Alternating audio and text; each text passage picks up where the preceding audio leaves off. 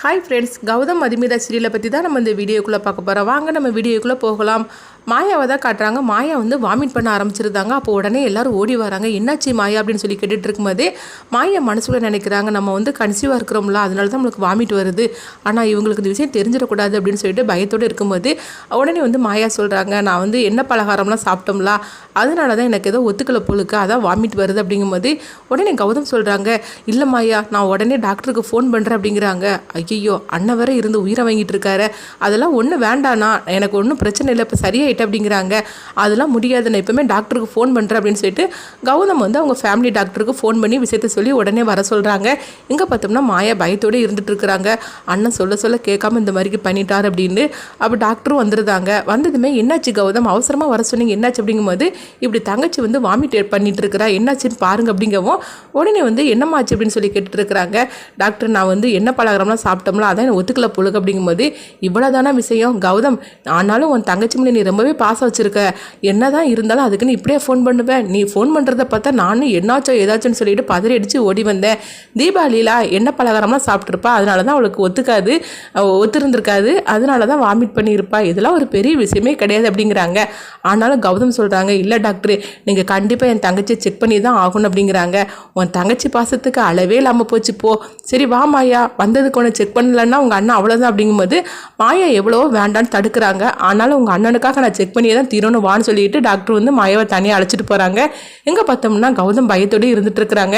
என் தங்கச்சிக்கு என்னாச்சோ தெரியல சொல்லிட்டு பயத்தோடு இருக்கும்போது அதெல்லாம் ஒன்றும் ஆகாது அப்படின்னு சொல்லிட்டு சந்தோஷம் சொல்லிட்டு இருக்கிறாங்க. அப்போ டாக்டர் வந்து மாயாட்ட சொல்கிறாங்க, மாயா சரி உட்காரு நான் வந்து செக் பண்ணட்டும் அப்படிங்கும்போது டாக்டர் ஒன்றும் இல்லை, எனக்கு ஒன்றும் பிரச்சனை இல்லை அப்படிங்கும்போது நீ சொல்கிறம்மா, ஆனால் அவங்க அண்ணன் கேட்க மாட்டுக்கா இருப்பாரு, உன்னை செக் பண்ணி நான் ஒன்றும் இல்லைன்னு சொன்னால் மட்டும்தான் அவர் கேட்பாரு அப்படின்னு சொல்லவும் உடனே வந்து மாயா வந்து பயத்தோடு இருக்கிறாங்க. டாக்டர் வந்து செக் பண்ணி பார்க்குறாங்க.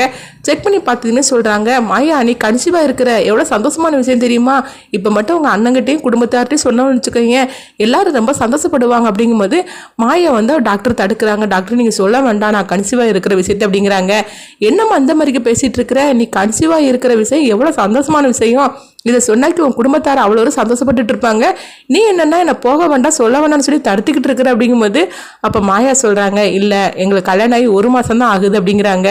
உடனே வந்து டாக்டர் சொல்கிறாங்க, என்னம்மா சொல்லிட்டு இருக்கிற அப்படிங்கும்போது ஆனால் நானும் அவரை வந்து லவ் பண்ணிட்டு இருந்தோம், அதனால தான் இந்த மாதிரி நடந்துருச்சு அப்படிங்கிறவும் சரி பரவாயில்ல என்ன இருந்தாலும் சரி, இப்போ தான் கல்யாணம் பண்ணிக்கிட்டீங்களா, ஜீவாவோட குழந்தை தானே, அதனால என்ன, அதை நான் கௌதமுக்கு புரிய மாதிரி சொல்லியிருந்தேன் அப்படிங்கும்போது இல்லை டாக்டர் சொல்ல வேண்டாம், எனக்கு என்னமோ மாதிரி இருக்குது, இப்போ நீங்கள் சொன்னீங்கன்னா எனக்கு ரொம்ப அசிங்கமாக இருக்கும், அதனால சொல்ல வேண்டாம், நானே வந்து அண்ணங்கிட்ட புரியுற மாதிரி சொல்லிக்கிடுதேன், சொல்ல பொண்ணாக்கி எனக்கு இந்த குழந்தை வேண்டாம் அப்படிங்கிறாங்க.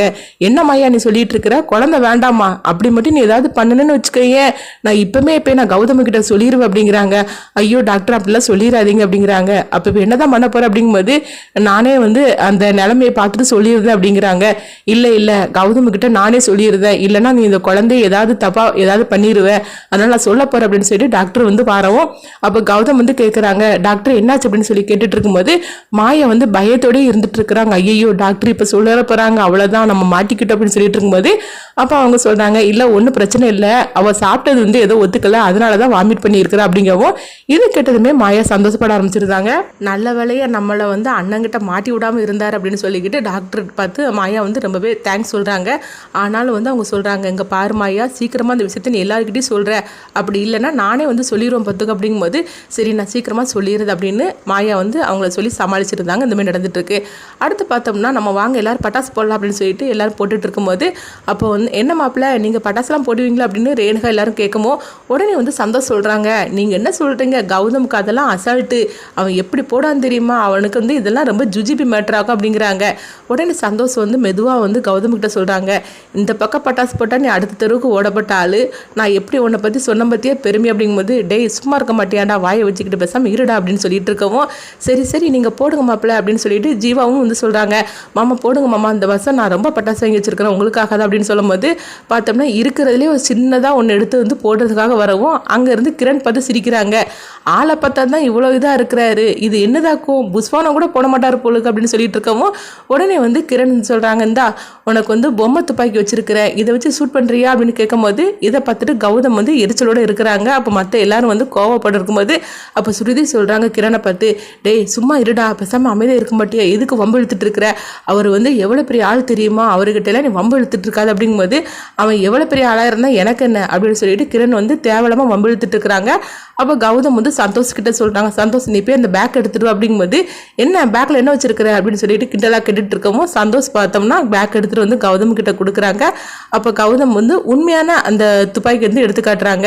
இதை பார்த்ததுமே கிரண் வந்து சுருதி பின்னாடி போய் ஒளிஞ்சு நின்றுட்டு இருக்கிறாங்க. ஐயோ இது என்னது, இவன் உண்மையானவதான் வச்சிருக்கிறான் அப்படின்னு சொல்லிட்டு உடனே சுருதி சொல்கிறாங்க, இதெல்லாம் உனக்கு தேவையா, பேசாம இருக்க மாட்டியா அப்படின்னு சொல்லவும் பார்த்தோம்னா அப்போ வந்து கௌதம் வந்து சொல்கிறாங்க, இப்போ வா, இவ்வளோ நேரம் என்கிட்ட வம்பு இழுத்துட்டு இருந்தல, இப்போ வா அப்படின்னு சொல்லிட்டு அவங்க ஷூட் பண்ணவும் இதை பார்த்துட்டு மதுமிதா ஓடி வராங்க. என்னங்க இதெல்லாம் வச்சிருக்கிறீங்க, எனக்கு என்னமோ பயமா இருக்கு அப்படிங்கும்போது, இதுக்கெல்லாம் நான் வந்து இது லைசன்ஸ் வாங்கி வச்சிருக்கிறேன், அது மட்டும் இல்லாமல் இதில் நான் ட்ரைனிங் எடுத்திருக்கிறேன் அப்படிங்கிறாங்க. இவ்வளோ நேரம் பண்ணியிருக்கிறீங்களா அப்படின்னு சொல்லிட்டு இருக்கும்போது அப்போ கிரண் வான்னு சொல்லி கூப்பிடவும் கிரண் சொல்கிறாங்க, இங்கே பாருங்க இதை வச்சுலாம் என்னை பயமுறுத்திட்டு இருக்காதீங்க, தீபாவளிக்குன்னு நிறைய போட்டிகளாக இருக்குது, அந்த போட்டியில் நீங்களும் நானும் போட்டி போடலாமா அப்படின்னு சொல்லவும் உடனே வந்து கௌதம் வந்து சந்தோஷம் தனியாக அழைச்சிட்டு போகிறாங்க. என்ன இப்படிலாம் பண்ணிட்டு இருக்கிற அப்படிங்கும்போது, போட்டிக்கு தயார் நீ சொல்லு அப்படின்னு சந்தோஷம் சொல்லவும் இப்போ கௌதம் வந்து கிரண் கிட்ட சொல்கிறாங்க, போட்டிக்கு நான் தயார் ரெடி அப்படின்னு சொல்லவும் இந்த மாதிரி தான் இந்த எபிசோடு எடுத்துகிட்டு போகிறாங்க. அடுத்து என்னென்னு சொல்லி வெயிட் பண்ணி பார்க்கலாம்.